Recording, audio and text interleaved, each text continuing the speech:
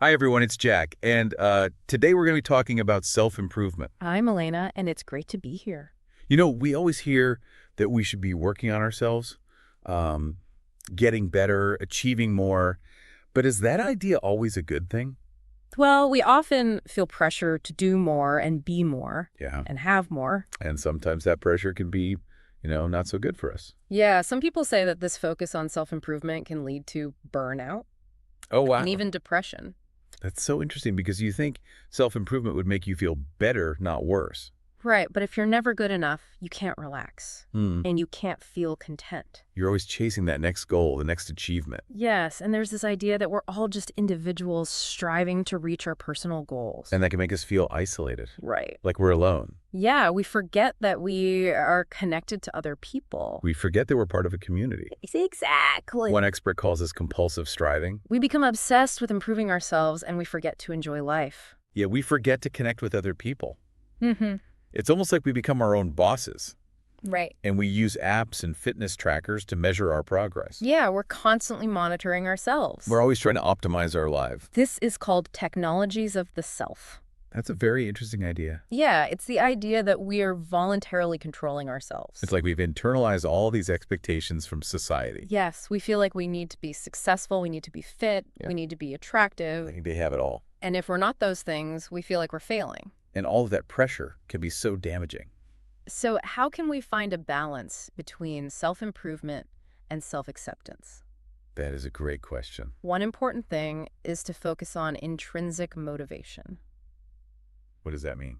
It means doing things because you enjoy them, not because you feel like you have to do them. Okay, so like finding work that is fulfilling, Exactly. not just work that pays a lot of money. Yeah, or spending time with people you love. Not just people who can help you get ahead in life. It's about aligning your actions with your values. Yes, and with your genuine interests. It sounds like it's also really important to make time for spontaneity. Yes, spontaneity is important. I can take a break from our routines. And try new things, be silly. Yeah. It's about experiencing life fully Hmm. and connecting with what truly matters to us. It's okay to not be perfect. Yeah, it's okay to make mistakes. It's okay to have setbacks. And it's okay to not always be striving for something more. Sometimes, embracing imperfection can be a form of self-improvement. Yeah, I think it can. It can help us be more compassionate Hmm. with ourselves and with others. So if you're feeling overwhelmed by the pressure to self-improve, remember to take a step back. Yeah. Breathe, relax, and appreciate who you are right now. Focus on the things that bring you joy. Mm. Focus on the things that connect you to other people. Yeah, don't be afraid to let go of the need to be perfect.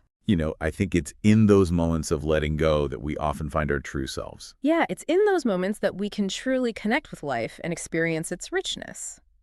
There are also practical things you can do to create a more balanced approach to self-improvement. Yeah. What kind of practical things? One is to have a mindful habit. A mindful habit. This could be meditation, it could be journaling, Mm. it could be simply spending time in nature. Those are all great ideas. It's about creating space for yourself to just be without any distractions. That sounds very relaxing. It can help you to become more aware of your thoughts and your feelings Okay. and to reflect on what truly matters to you. So how can we be more mindful in our everyday life? Another practical tip is to be clear on your priorities. Be clear in our priorities. What does that mean? It means identifying the things that are most important to you in life Okay. and making sure that you're spending your time and energy on those things. Mm-hmm. We can think about our priorities in terms of 3 areas: health, relationships, and fulfillment. I like that. These are like gardens that need care and attention. We got to make sure we're giving them the time and energy they need to grow. Yes, and within each of these areas, we can also identify non-negotiables and wants. Okay. Non-negotiables and wants. Can you explain that a little bit more? Sure, non-negotiables are the things that are absolutely essential for us to feel happy and healthy. So those are the things we need to make time for no matter what. Exactly. For example, a non-negotiable for me is spending quality time with my family. Oh, that's a great example. I make sure that I have time for them every day, even if it means saying no to other things. That makes a lot of sense. And wants are things that would be nice to have, but that we can live without if necessary. Okay. For example, a want for me is to go on vacation every year. Yeah, I get that. It's something that I enjoy and that makes me feel good, but it's not something I absolutely need to do to be happy. Makes sense. By being clear on our non-negotiables and wants, we can start to make choices that are more aligned with our values. And we can start to create a life that is more fulfilling and balanced. That's a great way to approach things, being intentional with your time and your energy. Yeah, and it's important to note that flexibility is key when it comes to self-improvement. Okay. Life is unpredictable and things don't always go according to plan. Right. So it's important to be able to adapt and adjust our routines as needed. So it's okay to take a break from our self-improvement goals if we're feeling overwhelmed or stressed. Yes, and it's okay to focus on simply taking care of yourself. The point of self-improvement is not to punish ourselves. Right. It's to create a life that is more joyful, meaningful, and fulfilling. Yeah, Sometimes that means being kind to ourselves and allowing ourselves to rest. that's a good reminder. It's also important to have time for no agenda time. No agenda time. What's that? This is time where you can do whatever you want without any pressure or expectations. So, like, what kind of things can you do during no agenda time? This could be watching TV, reading a book, Mm-hmm. going for a walk, or simply relaxing. Okay, yeah, I like that. This kind of unstructured time is important for our mental and emotional well-being. Yeah. It allows us to recharge and to connect with our inner selves. I think that can help us to be more creative and productive in the long run. Yeah, if you're feeling overwhelmed by the need to always be doing something productive, remember to schedule in some no-agenda time for yourself. You might be surprised how much it can benefit you. Right. We've been talking a lot about the mental and emotional aspects of self-improvement, but there's also a physical component to it too, right? Yes, there is. Taking care of our bodies is just as important as taking care of our minds. This means eating healthy foods, getting enough sleep, Right. and exercising regularly. So what are some practical tips for taking care of our physical health? One habit that can be helpful for self-improvement is to prepare your own food. Okay. This allows you to control the ingredients and make sure that you're eating healthy, nutritious meals. That's a great tip. It can also be a way to save money and reduce your environmental impact. Oh, yeah, that's a good point. Another helpful habit is to have a regular movement routine. Doesn't have to be anything strenuous. Right, even just going for a walk every day can make a big difference. Moving our bodies can help us to improve our physical health. Yeah. It can also help to reduce stress, improve our mood, and boost our energy levels. When we take care of our physical health, we're better able to show up for ourselves and the people in our lives. Yeah, we have more energy and focus. Right, and we're more resilient in the face of challenges. So if you're looking to improve your overall well-being, don't forget to prioritize your physical health. It's an essential part of the self-improvement journey. It can be easy to get caught up in the idea that self-improvement is all about achieving external goals. Yeah, it's easy to get caught up in that. But it's important to remember that true self-improvement comes from within. It's about becoming the best version of ourselves. Yeah, and that includes taking care of our physical, mental, and emotional health. It's about being kind to ourselves and accepting our imperfections. Yeah. And it's about finding joy and meaning in our lives. When we focus on those things, we're on our way to becoming the best versions of ourselves. And that's what true self-improvement is all about. One of the biggest challenges in our modern world is the constant distraction of technology. What are some things we can do to manage that? One of the simplest but most effective things you can do is to create boundaries around your technology use. Okay, like what? One of the experts we looked at mentioned having a no-phone rule for the first 2 hours of the day and the last hour of the day. Oh, that's a good idea. This allows you to start and end your day with intention and focus, without the distractions of emails, social media, and news. It's a chance to connect with yourself, Right. to be present in the moment. And to set your priorities for the day. Think about the energy and pace of constantly scrolling on social media. It's a constant stream of dopamine hits, Oh, yeah. keeping you in a state of distraction and craving more. By switching off from that for a few hours, you can allow your mind to settle Yeah. and return to a more balanced state. That makes sense. This can have a profound impact on your sleep, your mood, and your overall sense of well-being. I can see that. And it can create space for you to engage in other activities that are more nourishing and fulfilling. Like spending time with loved ones, reading a book, or just enjoying the peace and quiet. Exactly. So if you're looking for a simple but powerful way to enhance your self-improvement journey, try implementing a no-phone rule into your daily routine. You might be surprised at the positive impact it has on your life.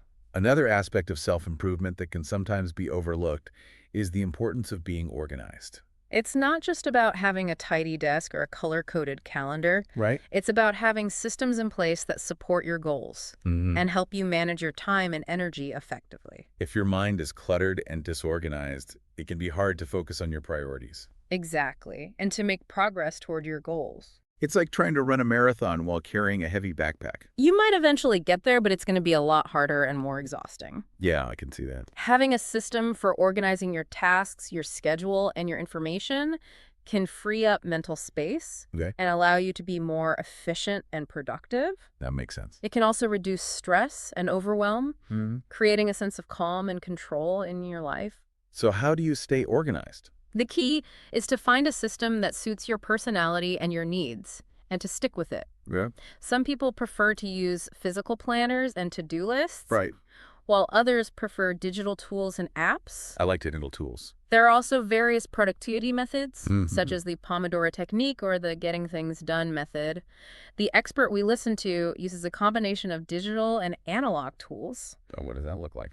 They use a calendar app to keep track of all their appointments and deadlines. Okay, They use a meeting booking app to simplify scheduling across time zones. that's a good idea. And they use a simple Google Doc to list their goals and track their progress. That's smart. Whatever system you choose, the important thing is that it helps you to stay organized and on top of your commitments. Right, so it frees up your time and energy to focus on the things that truly matter. And it will support you in your journey of self-improvement. That's great advice. Being organized can definitely help us to be more productive and less stressed. Yeah, and it's also important to have a system for organizing your internal world. What do you mean by that? This means taking care of your mental and emotional well-being Okay. and making sure that you are taking time for yourself to rest and recharge. We've talked a lot about the importance of taking breaks and prioritizing our well-being. One of the experts we listened to talked about the importance of having a constant education habit. Constant education habit, does that mean like going back to school? No, this doesn't mean going back to school or getting another degree. Okay. It means being curious about the world and constantly seeking out new knowledge and experience. So what are some ways that we can cultivate a constant education habit?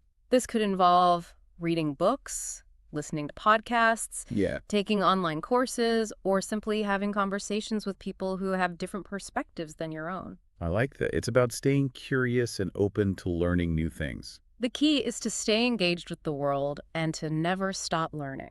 Yeah, when you're constantly learning and growing, you're more likely to feel fulfilled and inspired, Right. and you're more likely to make a positive impact on the world around you.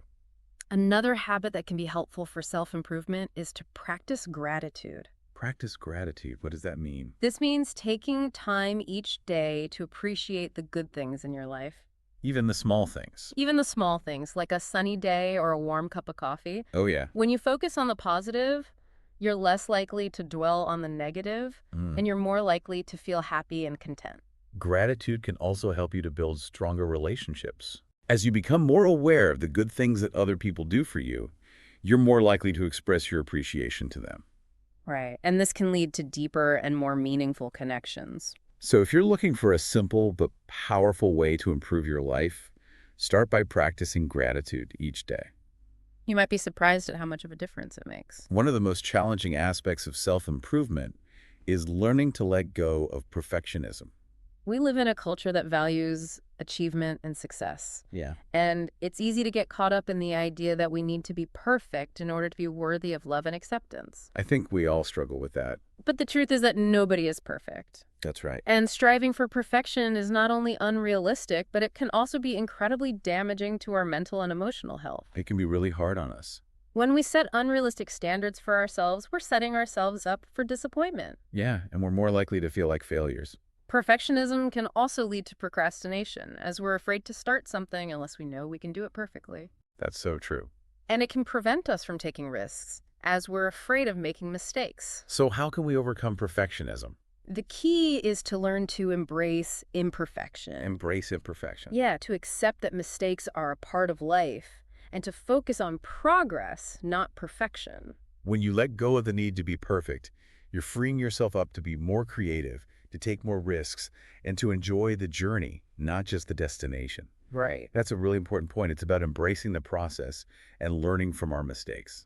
Yeah, if you're struggling with perfectionism, remember that it's okay to be imperfect. It's what makes you human. Exactly. And it's what makes you unique, so embrace your imperfections and allow yourself to shine. That's a great message to end on. Yeah. It's about accepting ourselves for who we are, flaws and all. And it's about recognizing that our imperfections are what make us special and unique. That's so true. So self-improvement can be a really powerful tool, you know? It can help us to create a more fulfilling life, a more meaningful life. But it's important to approach it in a healthy way. Yeah, we don't want to burn ourselves out, get discouraged. Right, and one of the key takeaways from our exploration today is that balance is essential. So it's not about being perfect. No, it's about finding that healthy balance Yeah. between striving for growth and accepting ourselves as we are. We need to push ourselves outside of our comfort zones, Yeah, but also take time to rest and recharge. We exactly. need to set goals, but also enjoy the journey. I think when we find that balance, we're able to live more authentically and joyfully. And we can connect more deeply with ourselves Mm-hmm. and with others. And we're able to make a positive impact on the world around us. So as we continue on our journeys of self-improvement, Yeah. let's remember to be kind to ourselves, Yes. celebrate our successes, And learn from our mistakes. and most importantly, remember to enjoy the ride. Thank you so much for joining us on this exploration of the myth of self-improvement. We hope you found it insightful. And inspiring. Until next time, keep learning Keep growing. and keep being amazing. Goodbye, everyone. And just as important as having a system for organizing your external world, it's also important to have a system for your internal world. So taking care of our mental and emotional well-being. Exactly. And making sure you're taking time for yourself, to rest and recharge. One of the experts we listened to talked about this, this idea of a constant education habit. Right. And this doesn't mean going back to school or getting another degree or anything like that. Okay, so what does it mean? It's more about being curious about the world and constantly seeking out new knowledge and experiences. I see, so like reading books, listening to podcasts, taking some online courses. Exactly. Or even just having conversations with people who have different perspectives than your own. It's about staying curious and open to learning new things. Yeah, the key is to stay engaged with the world and to never stop learning. When you're constantly learning and growing, I feel like you're more likely to feel fulfilled and inspired. Absolutely, and you're more likely to make a positive impact on the world around you. That makes sense. Another habit that can be helpful for self-improvement is to practice gratitude. Okay, what does that mean? To practice gratitude. It means taking time each day to appreciate the good things in your life, even the small things. Like what kind of small things? Like a sunny day, or a warm cup of coffee, or just a moment of peace and quiet. Yeah, I can see that. When you focus on the positive, you're less likely to dwell on the negative, and you're more likely to feel happy and content. It's kind of like shifting your perspective. Yeah, and gratitude can also help you to build stronger relationships. Oh, how so? Well, as you become more aware of the good things that other people do for you, you're more likely to express your appreciation to them. And that leads to deeper connections. Exactly. So if you're looking for a simple but powerful way to improve your life, start by practicing gratitude each day. You might be surprised at how much of a difference it makes. One of the most challenging things, I think, for a lot of people is learning to let go of perfectionism. It's tough, right? We live in a culture that values achievement and success, and it's easy to get caught up in this idea that we need to be perfect in order to be worthy of love and acceptance. It's easy to fall into that trap. But the truth is, nobody is perfect. And striving for perfection is not only unrealistic, but it can also be incredibly damaging to our mental and emotional health. So we're setting ourselves up for failure from the beginning. Exactly. When we set unrealistic standards for ourselves, we're setting ourselves up for disappointment, and we're more likely to feel like failures. Makes sense. Perfectionism can also lead to procrastination because we're so afraid to start something unless we know we can do it perfectly. And it can also stop us from taking risks. Absolutely, because we're so afraid of making mistakes. So how do we overcome perfectionism? I think the key is to learn to embrace imperfection, Embrace imperfection, okay. to accept that mistakes are a part of life, and to focus on progress, not perfection. So it's about the journey, not just the destination. Exactly. When you let go of the need to be perfect, you're freeing yourself up to be more creative, to take more risks, and to actually enjoy the process. So if you're struggling with perfectionism, just remember, it's okay to be imperfect. It's what makes you human, and it's what makes you unique. So embrace your imperfections and allow yourself to shine. Well, that's a great message to end on. Thank you for joining us today on this exploration of self-improvement. It's been a really interesting conversation. I agree. And remember, true self-improvement is not about striving for some unattainable ideal of perfection.